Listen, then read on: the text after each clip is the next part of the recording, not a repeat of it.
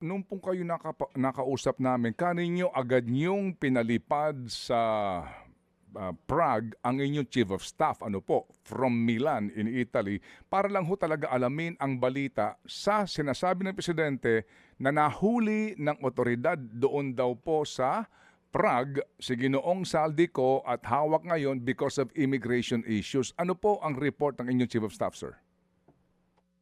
Well, tama po kayo, Manong Ted. Ang aking Chief of Staff, si Attorney Jess Lapus, nagbabakasyon siyang Milan. At agad-agad nung nabalita na pumutok yung balita na nahuli nga, ay inutusan natin na lumipad na sa Prague to see to it the condition of Saldico and to give some assistance kung mapipwede.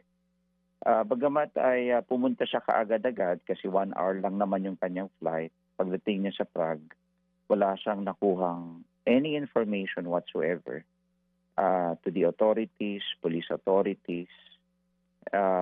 Gaya din ang sinasabi ng Ministry of Justice ng Czech Republic.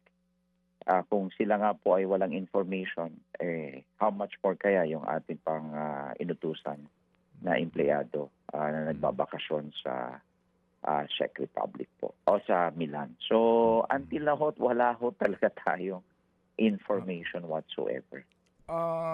Nakipag-ugnayan ho ba ang inyo pong tauhan sa embahada natin doon sa parting yon ng Europa? Sa katotohanan po sa report, because we presume na kapag ganyan ho, di po ba, attorney, agad dapat sabihan po yung embassy noong tao na kanila pong hawak.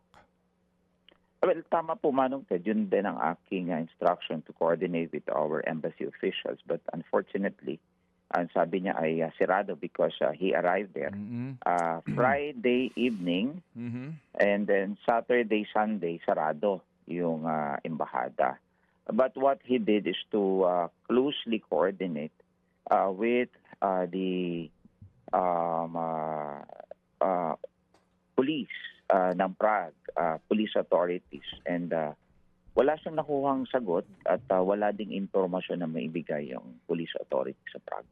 Mga kapatid, para sa iba pang mga balita at impormasyon, sundan niyo po kami sa X, Instagram, Facebook at syempre sa TikTok, True Network PH. Mag-subscribe din po kayo sa aming YouTube channel, True Network. May website din po tayo, truenetwork.ph. At pwede nyo rin po kaming mapanood sa Channel 19 ng aming True FM TV. Lagi pa rin makinig sa radyo dito po sa 105.9 True FM dahil dito, laging true sa'yo, kapatid. Ito tayo sa totoo, tunay at tapat.